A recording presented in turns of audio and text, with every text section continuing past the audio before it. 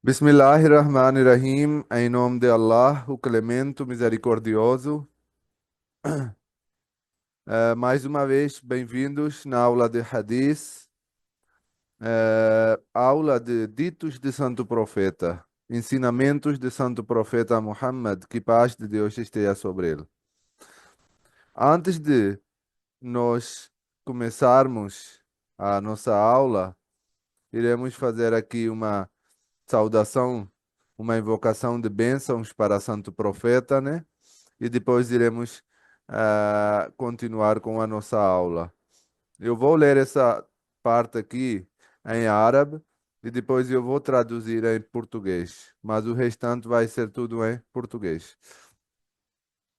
Allahumma salli ala Muhammadin wa ala ali Muhammadin kama sallaita ala Ibrahim وعلى آل إبراهيم إنك حميد مجيد اللهم بارك على محمد وعلى آل محمد كما باركت على إبراهيم وعلى آل إبراهيم إنك حميد مجيد.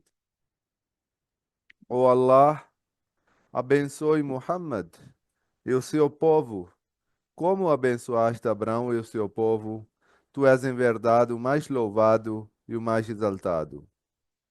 Ó Allah, prospere Muhammad e o seu povo, como fizeste prosperar Abraão e o seu povo. Tu és em verdade o mais louvado e o mais exaltado. Amém. Nas aulas anteriores, duas aulas anteriores, nós falamos sobre as doenças e as curas, né? E como o islamismo, os ensinamentos do Santo Profeta elabora esse assunto, né, em relação aos medicamentos, em relação às curas, em relação às doenças, né? E como nós estamos falando dessa parte hoje, eu coloquei aqui alguns ditos do Santo Profeta em relação ao visitar um doente. Fazer visita do doente é algo muito importante.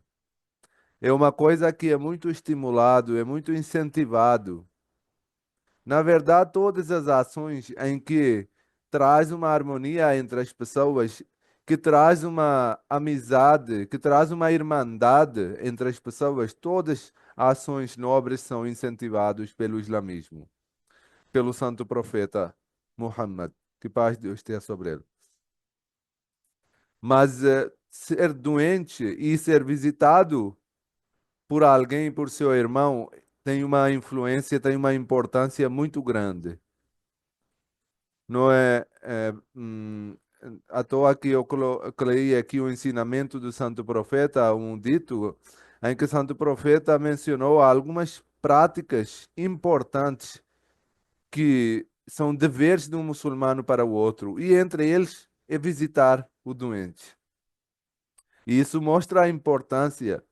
Muitas vezes, e a pessoa está doente, a pessoa está passando mal, está numa situação vulnerável, e o seu irmão não presta atenção nisso, né? Muitas vezes a gente acha, é uma coisa normal, né? Ah, tudo bem, quando ele ficar melhor eu vou lá visitar, ou depois eu pergunto a ele, né? Maioria das vezes a gente tem essa oportunidade de perguntar depois como passou, como foi e tudo mais. Mas pode acontecer alguns casos em que a pessoa não melhora e se morre, falece. E nesse caso, você fica com uma consciência pesada, que, poxa vida, não visitei o meu irmão, não visitei um amigo meu, um irmão muçulmano, e hoje ele não está mais comigo, conosco, entre nós. Mas isso, obviamente, acontece pouco, mas pode acontecer também.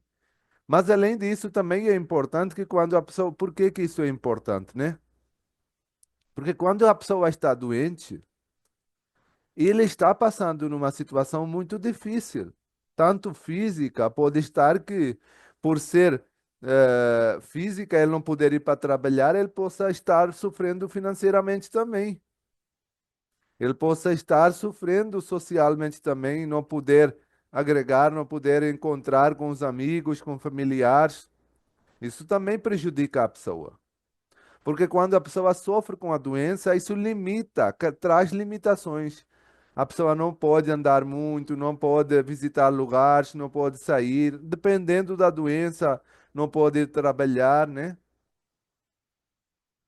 Então, ele está dependente dos outros nessa situação. E o islamismo coloca as pessoas que estão à volta como responsáveis dessa pessoa, né? Que ele tem que ter uma responsabilidade, tem que ter uma figura mais responsável de visitar e não só visitar, né?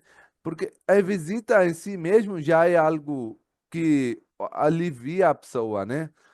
A pessoa vai conversar com você, você vai dar um consolo, vai ter uma conversa, tranquilidade, mas além disso, você vai levar seus amigos, ele vai ter um encontro assim, né? Que ele está sendo privado quando ele está em casa. Ou você vai levar alguma coisa, fruta, outra coisa para a pessoa. Isso vai ajudar a pessoa, porque a pessoa pode estar sofrendo financeiramente. Ou mesmo tendo dinheiro, pode ser que não possa estar indo para, não poder ir para lugar para comprar as coisas e para trazer, né? Hoje em dia nós temos, obviamente, muitas facilidades online, pode mandar vir, mas mesmo assim há pessoas que não conseguem ainda fazer isso, né? Ou situações diferentes de cada um, né? Então, mais é, especificamente sobre esse dito, vou ler aqui a tradução, narrado pelo Hazrat Bara bin Azib, relata que o santo profeta nos ordenou as 7 seguintes ações. O santo profeta diz que um muçulmano deve fazer um dever do muçulmano para os outros. Primeiro, visitar os doentes. Veja só. Primeira coisa, visita aos doentes. Acompanhar o funeral. Isso também é algo importante, porque no outro dito, o santo profeta diz que é a responsabilidade do muçulmano fazer a funeral de seu irmão muçulmano, né? Que deve não só fazer a oração funerária, é uma responsabilidade, é uma obrigação para o muçulmano. Se hoje eu vejo que tem algum muçulmano que faleceu e não tem ninguém para fazer a oração funerária, é a minha obrigação, é a minha responsabilidade de cuidar dele, de fazer a oração funerária e depois acompanhar até o enterro, né? Toda a parte, o velório, tudo o enterro. É a responsabilidade do muçulmano, da sociedade. E depois invocar a misericórdia de Allah para quem espirra, né? Dizer Alhamdulillah ou Yarhamkumullah, né? Porque Alhamdulillah é a pessoa que espirra, fala, né? Então, o Santo Profeta diz, quando alguém espirra e fala Alhamdulillah, você deve dizer Yarhamkumullah, que Deus tenha misericórdia em você, que você tenha misericórdia de Deus Todo-Poderoso, você tenha bênção de Deus Todo-Poderoso. Então, isso também é uma responsabilidade. Alguém espirrou, a pessoa que espirrou deve dizer Alhamdulillah. Por que Alhamdulillah? Alhamdulillah é agradecer a Deus. E por que que quando a pessoa espirra tem que agradecer? Olha só ensinamentos do Santo Profeta. Hoje, cientistas descobrem que quando a gente espirra, tem várias bactérias que saem do nosso corpo. E se a gente controlar isso, ou se muitas vezes espirra e não dá certo, a pessoa tenta fechar com o nariz o espirro ou de outra forma, isso pode prejudicar, pode até arrebentar qualquer veia dentro de nós. Ou pode prejudicar de outra forma essas bactérias no nosso corpo. Então, é importante essas bactérias saiam do nosso corpo. É importante que tenha esse espirro de forma saudável. Por isso, quando alguém espirra, é importante dizer Alhamdulillah, que agradeço a Deus, graças a Deus, espirrei, né? E a outra pessoa deve dizer Yarhamkumullah. Depois, aceitar convite. Veja só, coisas bem pequenas, né? Mas valorizados, com muito valor. Isso parece algo muito normal, né? Aceitar convite. Quem não aceita convite, né? Alguém me convida, eu aceito, mas nem sempre, né? Às vezes a pessoa fica nessa coisa de classe, né? Quando a pessoa começa a melhorar, a situação financeiramente melhora, as pessoas acabam ignorando os mais pobres, acabam tendo uma atitude dentro deles, né? E muitas vezes, quando um pobre convida para essas pessoas, eles não aceitam. Eles não aceitam a companhia das pessoas que têm uma classe diferente. E o santo profeta obrigou que não, tem que aceitar. E especificamente tem outros ditos que falam, ainda por cima, quando for um pobre que está convidando. Nós temos várias narrativas em que Santo Profeta às vezes estava passando na rua e tinha uma senhora, uma velha idosa, ou às vezes uma criança, os outros homens pobres paravam Santo Profeta, conversavam, perguntavam as coisas e Santo Profeta ficava lá tranquilo respondendo, ficando lá parado, conversando com eles. Ele nunca pensou assim, quem é você? Um pobre, uma idosa. Vai depois para minha casa, eu vou lá. Ou para uma criança, que você é uma criança. Nunca na sua vida Santo Profeta agiu dessa forma. Muito pelo contrário. Uma vez fala que uma idosa parou o Santo Profeta e começou a conversar, e Santo Profeta lá, esperando ela acabar a conversa. Não falou que idosa, eu estou com pressa, eu estou indo para tal lugar e agora não posso. E depois ajudar os oprimidos. Olha a coisa mais importante, né?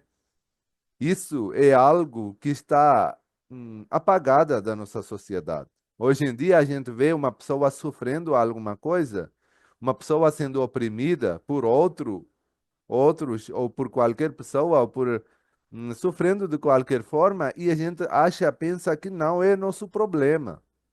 Eu não tenho nada a ver com aquilo. Mas Santo Profeta deixou bem claro que não, é a responsabilidade dos muçulmanos de ajudar os outros, ainda por cima as que são oprimidos. Responder às saudações de paz. Rad salam, né? Quando alguém fala salam, responde. Então, é importante também. Não devemos, alguém fala bom dia, boa tarde, nós devemos responder. E não só responder, mas também devemos pregar. Nós sempre que a gente sai na rua, encontrar alguém, a gente pode e a gente deve dizer bom dia, boa tarde, ou salamu alaikum, né, se for um muçulmano, e cumprir as promessas no final. Então, ter uma palavra, né? Se você deu a sua palavra, você tem que cumprir. Se você prometeu alguma coisa, é importante você seguir essas palavras, essas promessas que você fez. Mas como a gente vai focar hoje mais na primeira parte, né? Eu coloquei mais alguns aqui ditos em relação a esse assunto. Outro dito narrado pelo Hazrat Abu Huraira relata que Santo Profeta disse: uma pessoa visita um doente ou um irmão seu, pela causa de Allah, ela é chamada por um chamador. Um chamador de Deus chama essa pessoa, dizendo que você seja feliz, né? Um anjo chama para essa pessoa e fala que você seja feliz. Ele anuncia, faz esse anúncio, né? Que você fica feliz, que seu progresso seja abençoado e que lhe seja concedida uma morada agradável no paraíso.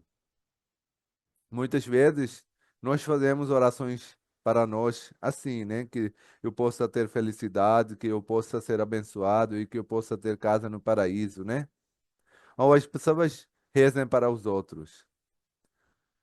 As nossas orações podem chegar até Deus, mas não sabemos qual é a situação da nossa oração, se a gente está fazendo com a sinceridade, com a dedicação, né? E dependendo dessa oração, se chega até Deus ou não. Mas veja só, quando um anjo fala isso, quer dizer que aquilo está garantido. Não tem dúvida naquilo se chegou ou não. Porque chegou, está tendo o retorno, a resposta. O anjo está anunciando. O anjo está abençoando, está dizendo. O Espírito Santo está dizendo que você seja feliz, que o seu progresso, onde você anda, seja abençoado e que seja concedida uma morada no paraíso. E aqui não tem dúvida de falhar, porque isso vem de Deus. O que vai de nós para Deus, a gente nem sabe se vai chegar até lá ou não. Tudo depende da nossa intenção, da nossa seriedade, da nossa dedicação. Mas o que vem de Deus é garantido. E o caminho é fácil. Visitar um doente. Olha a importância, né? Eu estou lembrando um dito do Santo Profeta, que é voltado para Deus, que é narrado por Deus Todo-Poderoso, né? E também fala algo semelhante na Bíblia também, que Deus Todo-Poderoso, Santo Profeta diz que Deus Todo-Poderoso, no dia do juízo final, vai dizer para uma pessoa que eu estava doente e você não me visitou. A pessoa vai achar estranho, né? Deus, como é que pode ser que você vai tornar doente? E se você fosse doente, você acha que eu não iria visitar você? Deus vai dizer sim, aconteceu. Ele vai dizer como Deus? Aí Deus vai responder que um servo meu, um amado meu no mundo, o meu homem, um dos meus homens estava doente na terra. E você estava lá perto. Você conhecia a pessoa, mas você não fez a visita, você não visitou a pessoa. Se você tivesse visitado essa pessoa, teria como se tivesse me visitado. Olha a importância. E por você não tiver visitado, e você, por você não ter visitado a pessoa, é como se você não tiver me visitado. Aí Deus vai dizer para um outro homem: Ô homem, eu estava com sede, e você não me deu a água. E ele vai dizer a mesma coisa: Deus, como é que é possível que você estiver com sede e eu não dei água para você? Será que você sente sede? E Deus vai dizer, vai responder que um meu amado, um homem dos meus, estava com sede e você não deu água para ele. E Deus vai dizer que eu estava com fome para um outro homem e você não deu a comida. E o homem vai dizer que como é que é possível, Deus, que você estiver com fome? Ele vai dizer, Deus vai dizer que eu estava com fome, não. Um dos meus amados, os meus homens, um homem amado por Deus, estava com fome. E você não deu a comida para ele. Então, é como se você não tivesse dado a comida para mim. Isso mostra a importância que tem de visitar alguém quando está doente. Que como Deus eleva os nossos níveis, os nossos padrões, como Deus coloca misericórdia e bênçãos na nossa conta. Um outro dito narrado pelo Hazrat Umeala, Umeala relata que ele, na verdade, ela estava doente. E o santo profeta o visitou, a visitou e a consolou. Umeala, o santo profeta disse isso. Umeala, a doença tem um lado bom. O santo profeta está consolando a pessoa. Deus Todo-Poderoso remove os pecados de um muçulmano devido à doença, assim como o fogo remove a sujeira da prata e do ouro. Veja só, por um lado, a gente aprendeu isso nas aulas anteriores, que não é bom chamar a doença, não é bom dizer que Deus me dá tudo nessa vida e me poupa do mundo que vem depois. Me julga ou me castiga dos meus pecados já nesse mundo, para que eu não tenha que sofrer no dia do juízo final. Não é permitido. É sempre ensinado pedir perdão, arrependimento, bênção, misericórdia, cura. Mas quando estiver doente, Santo Profeta está consolando para a pessoa ficar calmo, tranquilo e entender que esse sofrimento não é o fim do mundo. Esse sofrimento eu tenho que enfrentar com a fé, com a sabedoria, com a tranquilidade, com a paciência. Santo Profeta diz que o muçulmano, quando sofre com uma doença, Deus, para compensar, remove os seus pecados, como um fogo queima sujeira de prata ou ouro. Quando você colocar ouro ou prata no fogo, ela fica completamente pura. Toda a sujeira é queimado. Do mesmo jeito, quando a pessoa sofre, mas é importante que com que jeito a gente enfrenta essa doença, né? Se a gente está desesperado, decepcionado, né? A gente está mal-humorado e a gente está com essa decepção de que Deus não está ao meu lado e fica sem fé, né? Essa doença não vai trazer benefício nenhum. É importante que a gente sofra, quando a gente está sofrendo doença, a gente está sofrendo a dor, a gente enfrenta isso como algo maior, que isso vai fazer bem para mim. A gente sai dessa doença com mais firmeza, com mais forte na fé. Isso sim, essa doença faz bem para o muçulmano, faz bem para a pessoa, porque quando ele vai ser curado, ele vai ter, além de ser curado fisicamente, vai ser curado espiritualmente também. Aqui eu coloquei um dos ditos do Santo Profeta em que foi ensinado a oração quando a gente visita para um doente, qual é a oração que nós devemos fazer, né? Hazrat Aisha relata que quando o Santo Profeta visitava um membro da sua família que estava doente, né? Suas filhas, ou suas esposas, ou as tias, ou alguém da sua família, né? O tio. Ele ele tocava a doente com a mão direita, né? Colocava a mão no seu rosto, na sua testa ou algum lugar, né? No seu braço. Se tiver doendo a barriga, pode colocar a mão na barriga, né?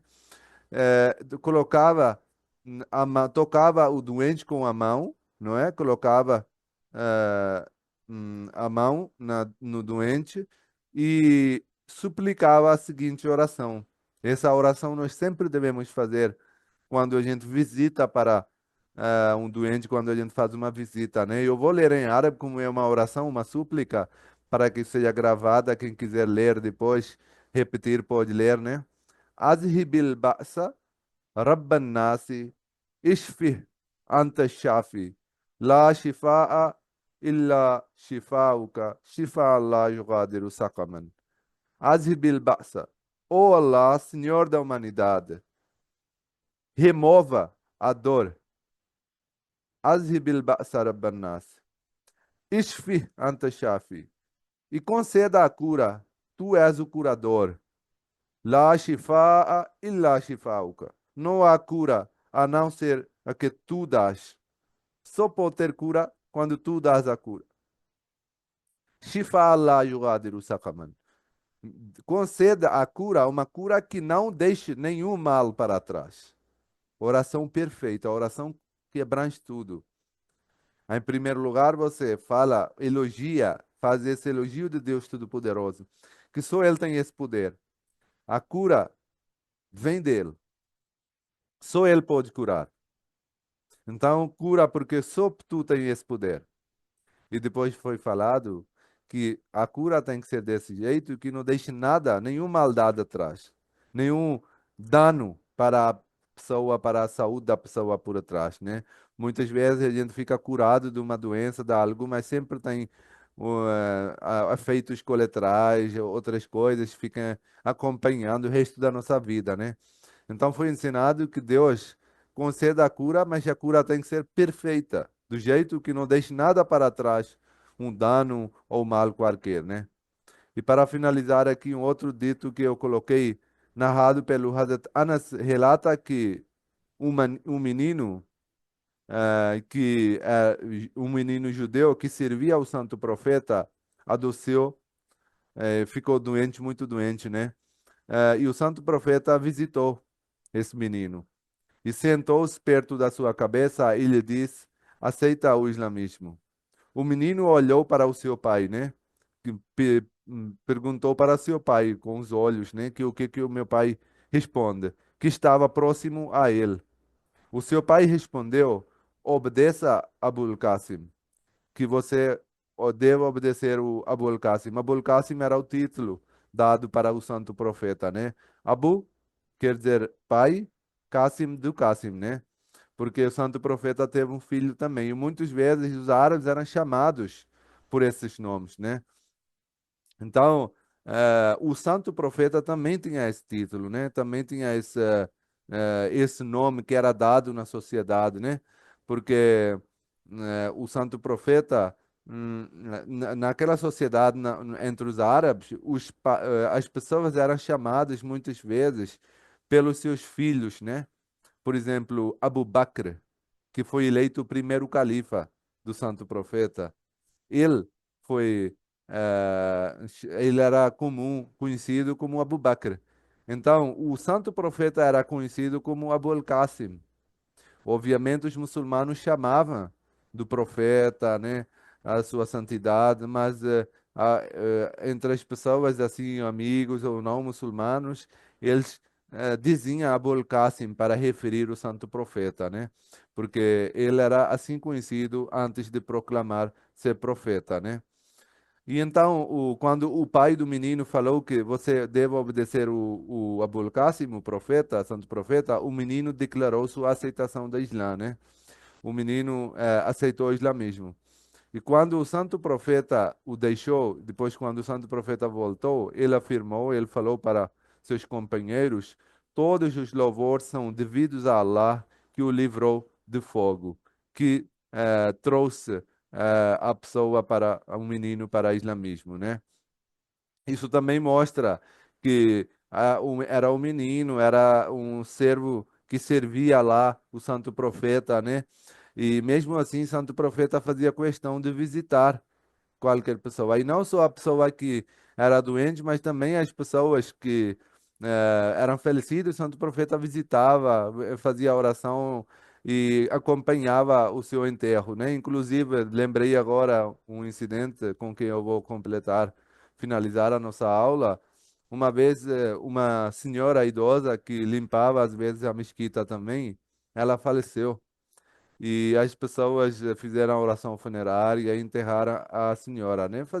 Depois de passar uns dias, quando o santo profeta não viu a senhora, ele perguntou sobre ela, né?